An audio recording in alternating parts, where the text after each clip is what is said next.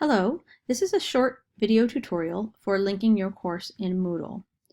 If you want to have a Moodle site for a course that's listed in Colleague, first you have to link that course in Moodle.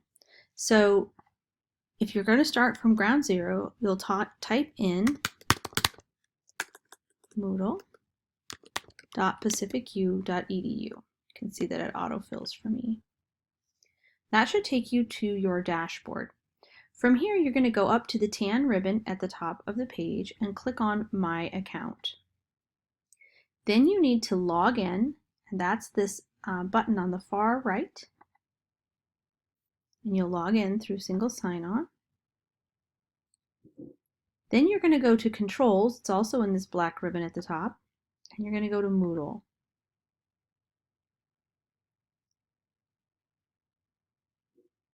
From this page, you're going to look near the middle, halfway down on the left, for Link Academic Courses.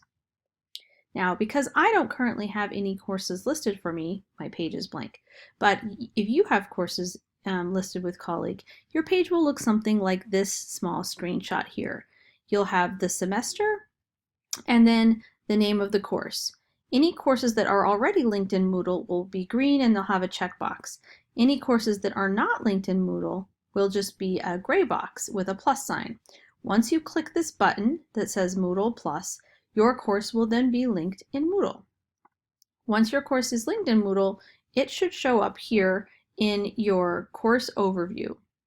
Now, please note that students are updated and added into your course on overnight. So if you were to go into your course and go to participants, this is just a demo course, so there are no participants. I'm the only one here. So this will probably look similar for you in your course, but overnight, sometime in the night, Moodle will be updated with the registration information, and so your students' roster will all pre-populate here, and your students will then see that your course on their dashboard. If you have any questions, please don't hesitate to contact us.